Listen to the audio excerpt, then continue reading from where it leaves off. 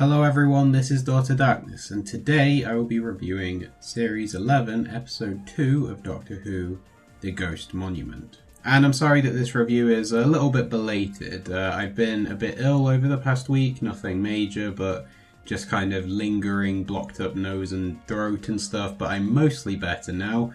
So that does unfortunately mean that by the time I'm reviewing this, I have not only seen this episode, but I've also seen Episode 3 as well, and I'll be trying to get a review of that up this week sometime too. But before we get into this one, I will be talking freely about spoilers and anything that happens in this episode, so if you haven't seen it, then make sure that you go and watch it before you watch this review. But in any case, this second episode is important as a first for many reasons. It's the first alien planet of this new era, as well as being our first sight of the inside of the TARDIS, well actually the TARDIS in general of this series, and of course the new title sequence. As far as the title sequence goes, I really like it. The music feels a lot more traditional, kind of a little bit more like the classic series than any of the Murray Gold arrangements that we've had since 2005, but all the visuals and that are a lot more modern. And yeah, I like it. I think it's really good. I don't have any major complaints about it. One interesting thing is from this one and the following episode, this title sequence is right at the start of the episode, rather than after a short pre-title sequence, the way that it's been since 2005. So that's the way that it was done in the classic era that we've now returned to, and in a way I think that's a decent idea, because it means that you don't have to kind of do anything particularly spectacular with the first few minutes. You can just grow the story naturally. And as for the TARDIS, well, the TARDIS is redecorated. I don't like it. It just seems way too bright and less defined. I think we've come off a really nice design that looked very kind of advanced, but at the same time kind of had a lot of detail going on about it. Had like 2 layers and stuff. This feels very plain and just very bright. I know they've kind of gone for a bit of an organic look, a little bit like the Russell T Davies era TARDIS. There's nothing wrong with that, this just doesn't seem right. I don't really like it that much. Plus there's the fact that we've got like the whole interior of a police box before we actually get into the TARDIS, which is a little bit odd. I don't actually see the point of that. Although there is a custard cream dispenser, and that's something that every vehicle should probably have, so it's not all bad. But then on to the episode itself, and the Doctor. I think that Jodie Whittaker's settled into the role pretty well so far, but at the same time it also feels like her character isn't completely established yet, which is fine. We've got this series plus however many more she ends up doing to get to know her and the depths and growth and whatever that she's going to go through in her time. The main thing though, she is still very entertaining to watch in this episode, which I suppose at the end of the day it's the most important thing. If you're enjoying watching the character on screen, everything else is just a bonus. But one thing I really liked in the first episode, and it does kind of return in this one, is the kind of technical, mechanical side to the Doctor. She's tinkering with stuff. Her solutions are often about kind of solving a mechanical problem or something, rather than waving her magic wand, as particularly Matt Smith's era was kind of bogged down with. At his/her core, the Doctor is an eccentric inventor, and it's nice to see her, for example, when she worked out how to disable the robots in the episode. That was a nice scene generally, because it kind of showed her maturity at the same time as her technical skill. And it was nice right at the start of the episode to see her kind of immediately take control of the ship. Yes, it's this other person's ship, but the Doctor is here and she's in control. And that's something that's always nice to see. The Doctor is someone who, through pure charisma and all that, is able to take control of a room with people that he doesn't, or she doesn't know. And on top of that, while I don't like the TARDIS itself, I liked seeing her reaction to it, and how happy she was to finally see it. And then of course, the companions. For the most part, they seem to be along for the ride in this episode.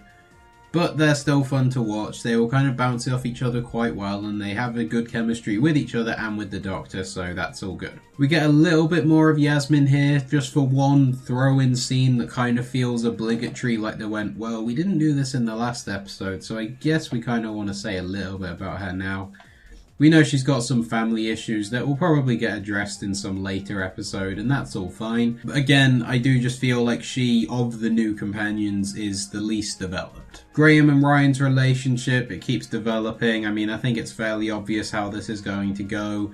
The last episode of the series, Ryan will finally call him Grandad. I mean, that's fairly obvious. But as much as Grace's death in the previous week was mostly out of necessity, really, it's nice that Graham is actually kind of using it to inspire him to live life a little bit. The one scene I liked was with Ryan, where he saw the gun and immediately took it and ran out and shot all the robots down and everything, despite the Doctor telling him no guns. And then they immediately start shooting back, and it's the Doctor who finds a technical solution to deal with it without any guns. It kind of shows his immaturity, his impulsiveness, which at an early stage is a good thing to have. But all in all, I still like this cast. No one's absolutely blown me away or anything like that. I think they've all been solid, but with a lot more room to grow, and that's all we can really ask for at this point. But I would say that as they're going for kind of a family thing, I do think that this cast is better as a whole rather than the sum of its parts, apart from maybe the Doctor. So I'm glad that we've got all three of them here at least. But then into the episode itself.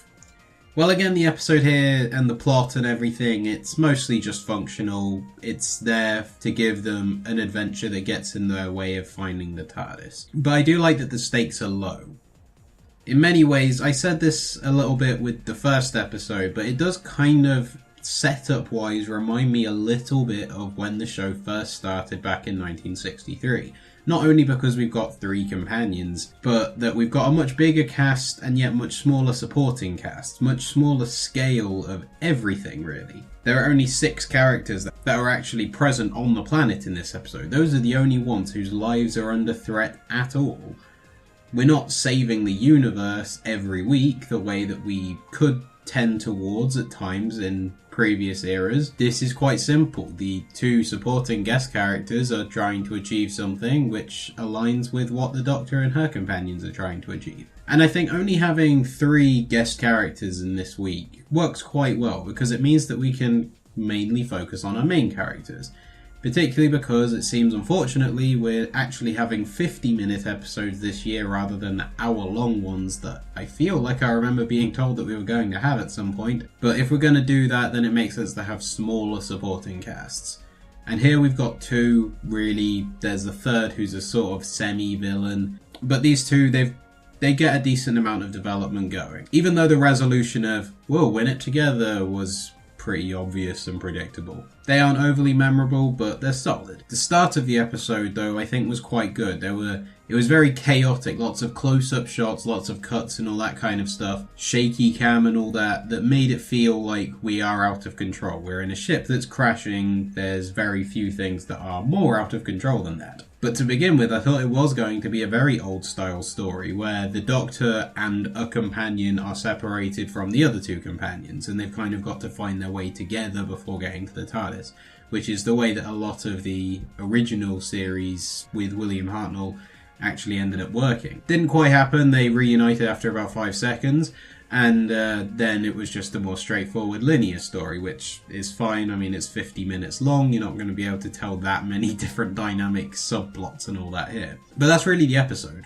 You get these 2 guest characters, and they're helping us find the TARDIS, and that's really it. And then there are loads of obstacles along the way, none of the obstacles being particularly memorable. I know there's a bit where there's like some wisps of paper or something that talk down to them and then they burn them. But again, none of that stands out that much. They're just obstacles really that help the characters to grow. They aren't at the forefront. But in a way, it kind of reminds me of like the early Marvel Cinematic Universe years, where you've got the villain or the thing that you've got to overcome, but they're there as a functional thing. They're there to kick things off. They're not actually there to be kind of big and well developed themselves. They're just there to help our main characters grow. And that's what we've got here. So now 2 episodes in, it's okay. There's nothing great here, but nothing awful. And that's pretty much how the series has been from the first 2 episodes. So then the next episode is, of course, Rosa, which aired yesterday. And I will be reviewing that sometime this week as well, so I'll all be caught up by the time it's episode 4. and then we can hopefully get back into the regular schedule of 2 or 3 videos a week, with one of them being Doctor Who one. But yeah, that's all I have to say. So what did you think of the Ghost Monument? Please leave your thoughts in the comment section below the video, and while you're down there, please like this video if you did, and if you liked it, then check out my other videos and subscribe to this channel. And as always, thank you for watching.